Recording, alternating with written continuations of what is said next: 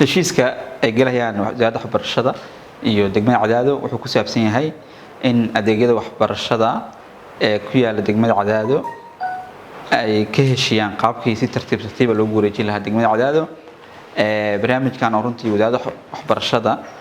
ay wax badan ka soo shaqeynaysay oo loogu talagalay inay adeegyadii bulshada la gaarsiiyo wasaaradda arrimaha gudaha waxay xoog saaraysay ayadoo ay socdo dhismaha golayaasha deegaanka magaalooyinka ay ka dhismaan golayaasha deegaanku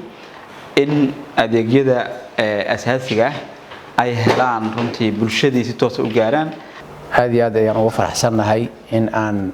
madaxweyne halkaan aan kula wareegno shaqadan culus wasaaradda waxbarashada ay noo soo daadejisay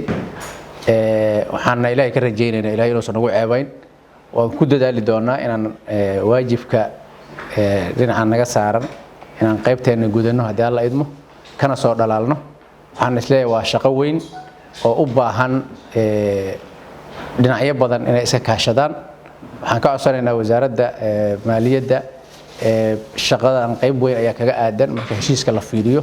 oo ay ka mid yihiin tababaradii iyo qaabkii maaragtay loo soo diyaarin lahaa riboodyada ayaan ugu faraxsanahay in maanta hanaankii adeegda dejinta Soomaaliya markii horeba looga heshiiyay wuxuu ahaa saddex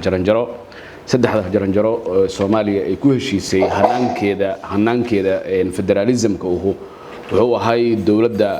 dhexe ee federaalka ah dawladda state-ka iyo city council-ka ama waxa loo yaqaano dawladda degmada ama council-ka waxa loo yaqaano ama maamulka degmada loo yaqaano asagaas oo ruuxiisa looga baahan yahay inuu ilaa iyo meesha ugu dambaysa iyo inta hoos imaanaysa oo adeega u sii daadajiyo ayadoo la raacayo hanaanka la yiraahdo service delivery model oo dabcan ku cad hanaanka habka UN-ka ama beesha caalamku ay ugu talagashay inay Soomaaliya dawladaheeda hoose ay ku caawiso ee la yiraahdo UN Joint Program hanaankaas ay ku caddahay waxaan dabcan aan maanta aan foolhoraad u noqonaynaa hadii aan nahay wasaaradda waxbarashada oo bilaaw u noqonaynaa oo tusaale guud u noqonaynaa in aan bilaaw horta bal aan qayb mas'uuliyadihii kamid ah degmada Cadaado aan taabsiino taas waxay soo dhaweynaysaa oo ay fududeynaysaa wax hal oo la yiraahdo community trust oo bulshada iyo dawladdii gaar ahaan degmadii oo shacabka u adeegaysay inay u muujiyaan in wax ayagii ay ka soo shaqeeyeen ayagii wax ay qabteen oo bari ka maalin ay shacabkooda ugu faani karaan inay degmada Cadaado ka qabtaan hadii Ilaahay yiraahdo maanta runaantii waa maalin weyn waa maalintii ugu horeysay aanu bilaabayno daadajinta adeegyada kala duwan sida waxbarashada caafimaadka ku xiga korontada iyo biyaha ku xigaya heerarkaasan ayar u daadajin doonaa Ilaahay haduu yiraahdo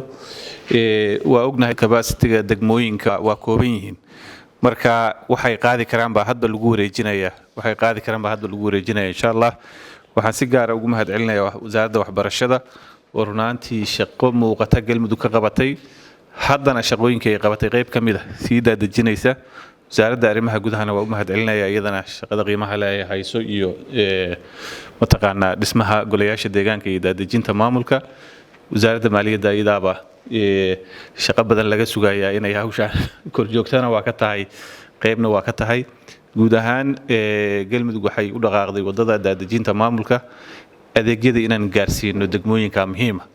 inaan caasimadaha ku haysano macna ma sameynayso